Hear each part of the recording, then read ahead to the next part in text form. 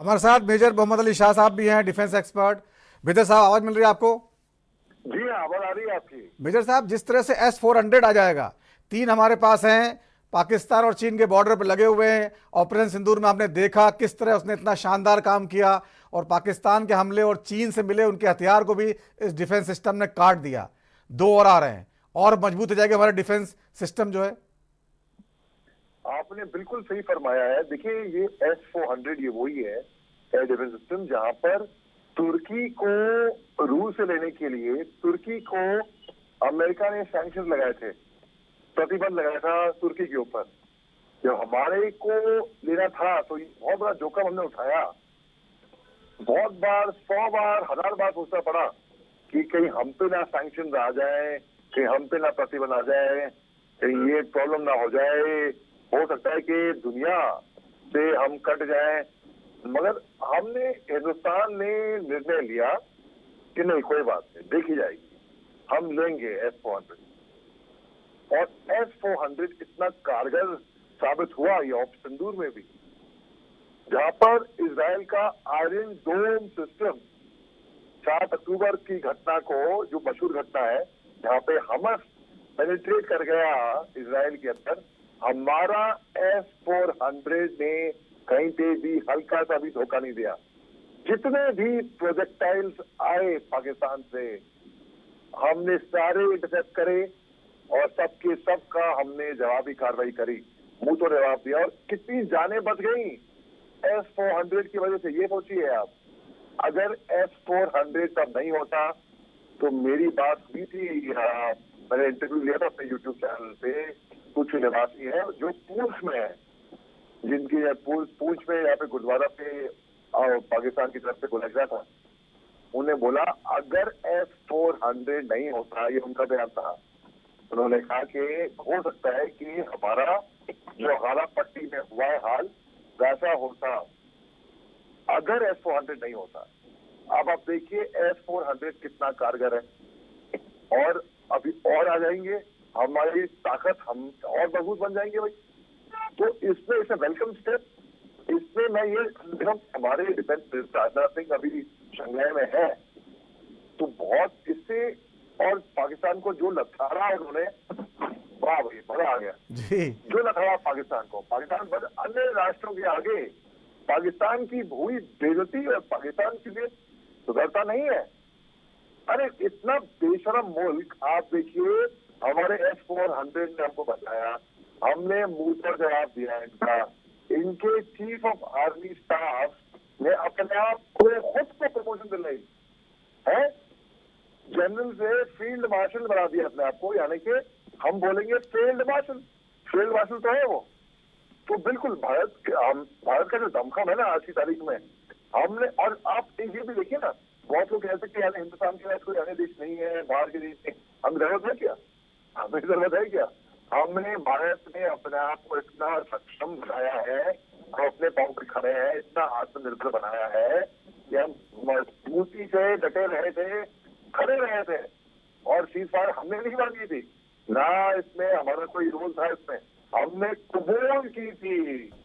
पाकिस्तान गिड़गिड़ाया, उनके डीजीएमओ ने फोन किया हमारे डीजीएमओ को, director general of military operation, और गिड़गिड़ाए।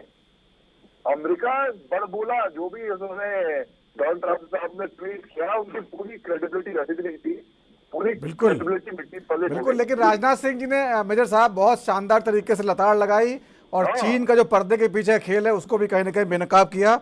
मेजर अली साहब, आपके पास आना चाहूंगा। ये S-400 की बात हम कर रहे थे, तो ये कहाँ कहाँ अभी आपको लगता है तैनात करने की जरूरत पड़ेगी जब 5 हमारे पास हो जाएंगे 2027 तक? तो इसके अलावा भी हम क्या कोई सिस्टम जो है हमें अपना, जो अभी प्रदीप भटनागर जी बोल रहे थे, अपना भारत का सिस्टम बनाना चाहिए, ताकि जरूरत पड़ने पर हम जो है और अच्छा डिफेंस मजबूत कर पाए आगे चल के? बिल्कुल। देखिए, टेक्नोलॉजी जो टेक्नोलॉजी हमेशा अपग्रेड करती रह देनी चाहिए। मैं सबकी समझने के लिए बता दूं कि जैसे कि हम लोग अनुमन तौर पे अपने घर में गाड़ियां अपने अपग्रेड करते हैं, या मोबाइल फोन तो सबके पास में है, या लैपटॉप, ठीक उसी तरीके से जैसे आम घर में टेक्नोलॉजी अपडेट होती है, वैसे ही S-400 जो है अभी हमारे पास है, बहुत ही कारगर। इससे इससे कितना फायदा हो, कितनी जानें बचती हैं हमें, हमने ऑन ग्राउंड साबित हुआ है, ये दिखा है। जितने भी डिफेंस सिस्टम में फायदे में टेस्ट भी हुए ऑपरेशन सिंदूर की वजह से। और बिल्कुल अब जाके हम और अपग्रेड करें और ये बढ़ाएं अपनी ये रक्षा जो है। सैनिक तो फौजी जो है तो हम तो खड़े हैं सरहद में, तो फिक्र की कोई बात नहीं है। बल्कि हमने भी साबित किया है सैनिक की मशीन नहीं, मैन बिहाइंड द मशीन। बिल्कुल, लेकिन मैन बिहाइंड द मशीन का है at the same time machine भी अगर आपको अच्छी दे दो आ गए। तो आपको मैं ऐसा में कहता हूँ 1965 में जब युद्ध हुआ था, बल्कि 1962 बेहतर क्यों 62 में भी कहता हूँ मैं आपको, जब चीन से लड़े थे तो हमारे पास अच्छी टेक्नोलॉजी नहीं थी उस टाइम पे, तो हमारे सैनिक बहादुर थे। मेजर भाटी, हितान सिंह भाटी कुमाऊं रेजिमेंट के, जिले कुमाऊं के थे, उनको परमवीर चक्र मिला था हमको। उनकी पूरी कंपनी चीनियों को संभाला था, सब ऑन ग्राउंड सैनिक लड़े थे। मेजर मोहम्मद अली शाह साहब, ये किस तरह से पाकिस्तान से निपटेगा भारत, क्योंकि सब कुछ तो कर दिया इनके खिलाफ, अब फिर भी मानने को तैयार नहीं है। पाकिस्तान मानेगा भी नहीं। इसकी कुत्ते की तुम सीधी की सीधी कभी टेढ़ी रहती है, सीधी होती नहीं कभी।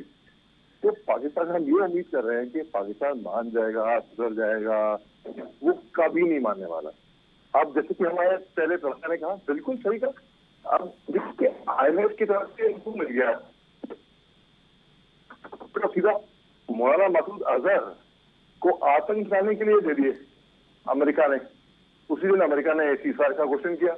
उसके बाद कुछ चंद दिनों के बाद डोनाल्ड ट्रंप साहब ने 2 पूर्व आतंकवादियों को अपने एडवाइजरी के तौर पे शामिल कर दिया।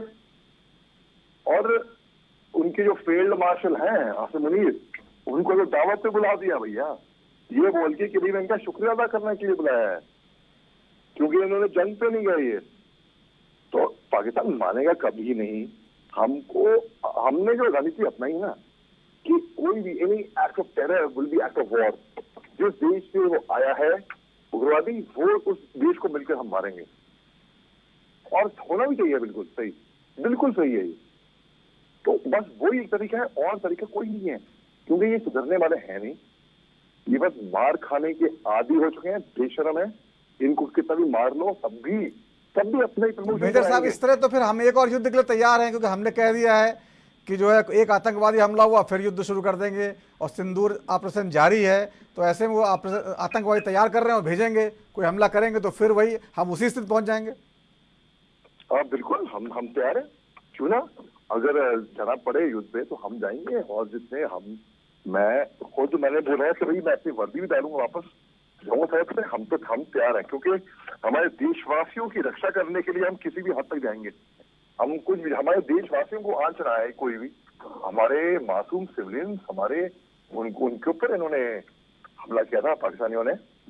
हमने तो इनके आतंकवादी लॉन्च पैड पे हमने 9 आतंकवाद सटीक निशाना बनाया। तो बिल्कुल अगर आतंक की घटना हुई तो हम जाएंगे, क्यों ना जाए। और क्यों ना हो, देखिए इंसान अगर शांति चाहता है, ये कार्ल मार्क्स ने कहा था, अगर इंसान शांति चाहता है तो उसको पूरी तैयारी करनी चाहिए कि वो जंग के लिए तैयारी करनी चाहिए, पहली बात तो। और मैं जंग का पक्ष कभी नहीं रखता। मैं खुद एक फौजी हूँ, मैंने देखा, मैं सरहद पे रहा हूँ, मैं देखा जंग कितना खराब होता है। लेकिन अगर हमको कोई उकसाएगा, हमको कोई बार बार फोर्स करेगा, हमें मजबूर करेगा, तो जी हाँ हम जाएंगे और हम मारेंगे उसको। इसमें तो कोई शक्ति, इसमें शक्ति होना चाहिए किसी को भी।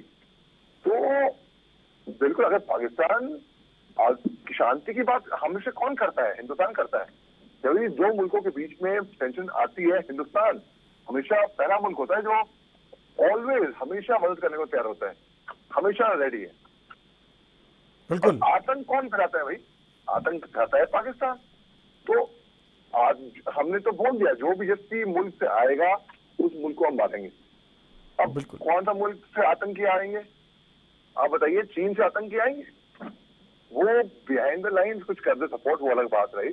पर आतंकी तो आते हैं केवल एक ही वाहिद मुल्क है, वो है आतंकिस्तान। अब तक अंतर्राष्ट्रीय कम्युनिटी को इसको टेररिस्ट स्टेट का करार दे देना चाहिए था, लेकिन ना आप इसको टेररिस्ट का करार नहीं दे रहे हैं। बिल्कुल।